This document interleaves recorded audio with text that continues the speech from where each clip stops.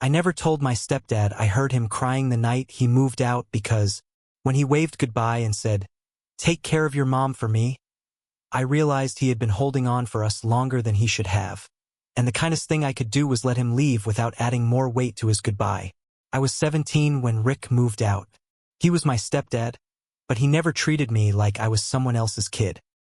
He came into our lives when I was 9 after my real dad died in a car crash on Route 22. For years, it felt like he was trying to glue the broken pieces of our family back together. He was patient with my mom even when she was cold.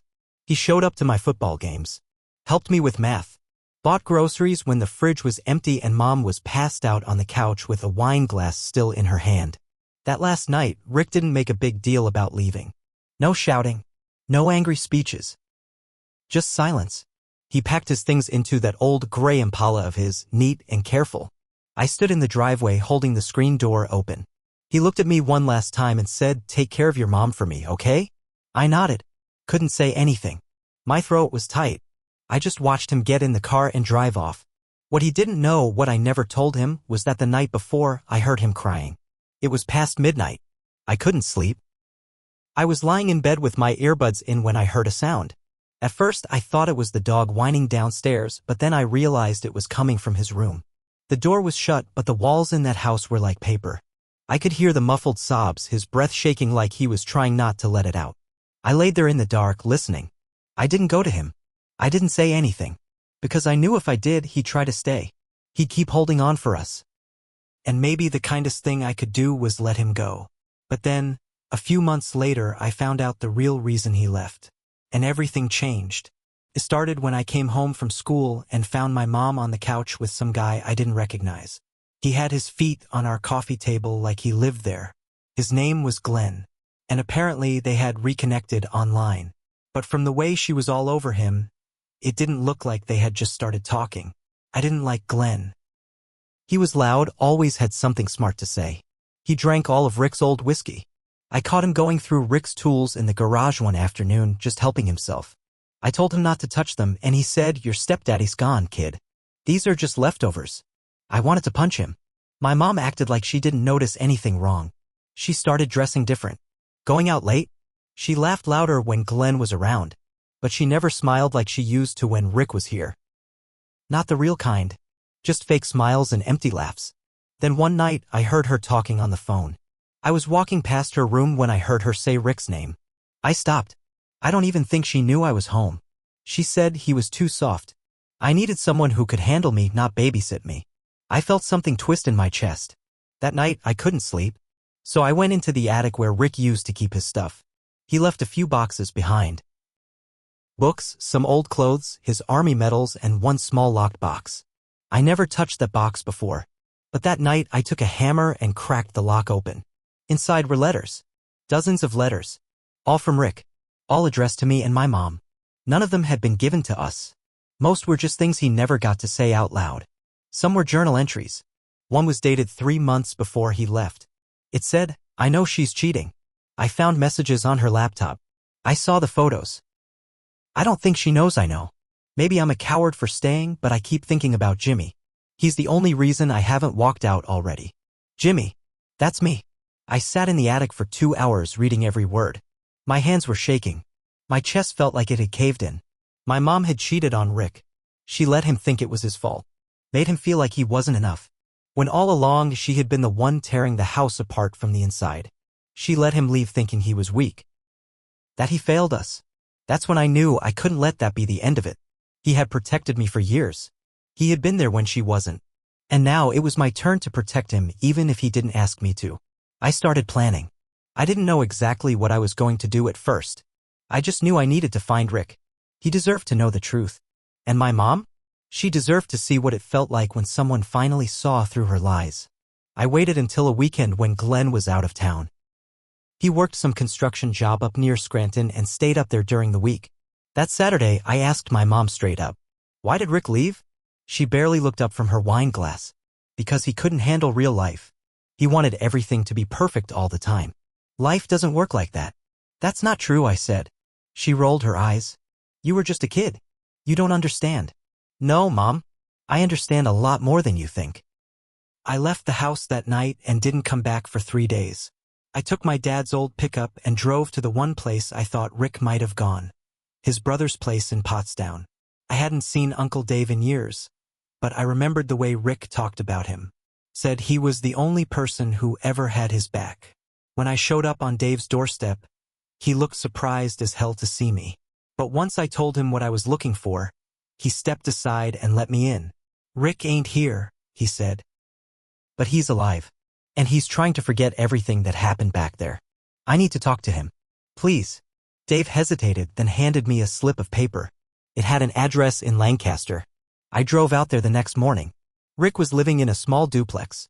He looked older, tired. But when he opened the door and saw me, his face broke into something close to a smile.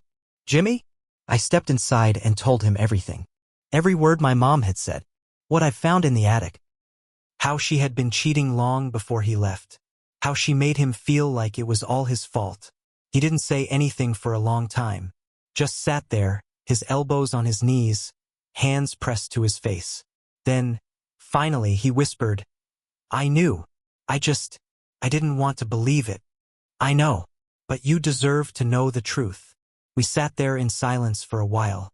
Then he asked, "Is she still with that guy?" "Yeah, Glenn. He's staying at our house like it's his." Rick let out a bitter laugh. "Figures." That's when I told him what I wanted to do. "I'm not saying you should come back," I said. "I'm just saying we should make sure she doesn't get away with it." He looked up at me, eyes narrowing a little. "What do you have in mind?" And so I told him.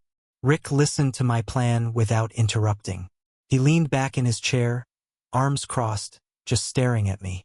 When I finished, he didn't say anything at first, just nodded slowly, then stood up and went to the fridge. He came back with 2 cans of beer, handed me one. "I never thought I'd be sitting here talking about revenge with you," he said. "But I can't lie, part of me's been waiting for this." The plan was simple on the surface: expose the truth, take back what was Rick's, and leave my mom and Glenn with nothing but the mess they created. But as we started digging, things got more complicated fast. Rick still had access to an old joint bank account he and my mom opened years ago. It was supposed to be closed, but my mom never bothered. She'd been using it like it was hers alone, buying things under his name, racking up debt, even refinancing the house without telling him. "I didn't sign any of this," Rick said, showing me the paperwork he requested from the bank. "That's not my signature." We had enough to press charges.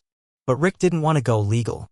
He said it would just turn into a slow, painful process that'd drag him through the mud again. "I don't want money," he said. "I want her to feel what I felt. I want her to see what it's like to lose everything and not know why." So we turned to Glenn. I started small. Dropped little things in conversations around the house when he was around. Let it slip that Rick had been spotted with someone new. Told Glenn that Rick might be planning to sue for some of the stuff left in the house, tools, furniture, even the dog that technically was his. Glenn started to get jumpy. Then one night, I planted Rick's old army medal in Glenn's truck. Called the cops. Reported it stolen. The fallout was fast. Glenn got hauled in for questioning. My mom bailed him out, furious, but now the trust between them was cracked. Then came the twist I didn't see coming. While snooping through my mom's laptop, the same one Rick had mentioned in that letter, I found emails. Not just to Glenn. There was another guy, the third one, someone named Jay. The emails went back almost a year before Rick moved out. Some of them overlapped with her time with Glenn. It wasn't just cheating. It was a pattern. She'd been lying to everyone for years, using men, pulling sympathy strings, making them feel like they were the ones failing, when she was the one lighting the whole thing on fire behind their backs. I showed Rick. He just shook his head. She never could be alone. Then Rick did something I didn't expect. He called Glenn, told him everything. "Hey, man," Rick said over speakerphone while I sat next to him, listening. "Just wanted you to know you're not the only one." At first, Glenn didn't get it. Then Rick forwarded the emails. Screenshots. Dates. Names. 2 hours later, Glenn left the house for good. Took everything he brought with him and some of what wasn't his. My mom came home that night to an empty living room. No Glenn. No TV. No whiskey bottles. And on the kitchen table? A copy of the emails. Printed out. Rick's old bank statements. And one note, written in my handwriting. You deserve each other. But looks like even that's too much. She called me screaming. I didn't answer. That was just the beginning. After Glenn left, Mom started to fall apart. She called me every day, sometimes twice. Left voicemails full of sobbing, apologies, curses.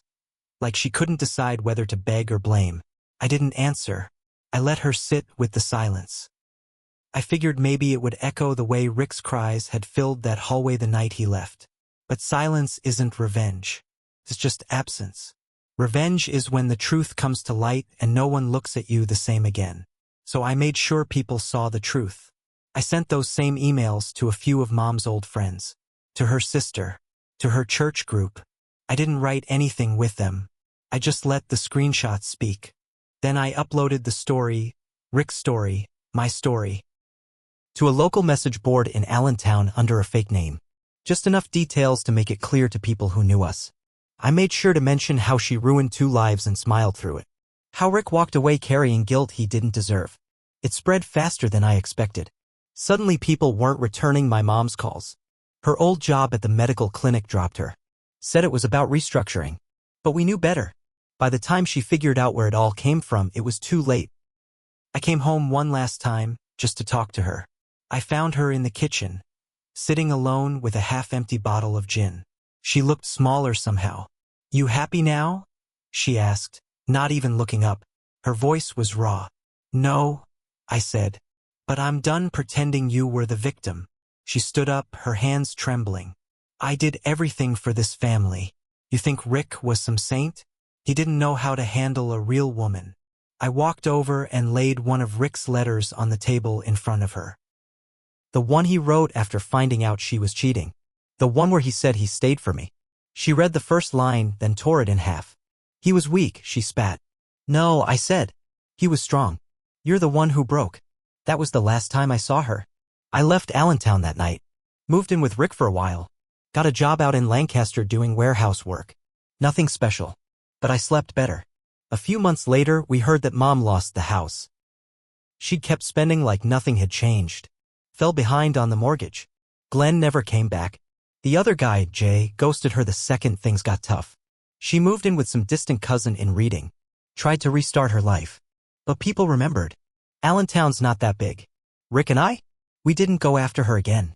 We didn't have to. She was already stuck with herself. That was the best punishment. But I'll tell you the part one still think about most. It's not the night she screamed at me or the day the house got foreclosed. It's that quiet night Rick left when he stood in the driveway and said, "Take care of your mom for me." He didn't know I'd already made that choice. That I was going to let him go. That I'd heard him cry. I didn't save him then. I should have. But I saved him later. And maybe that's the best I could do. I made sure the pain didn't end with him. It ended with her.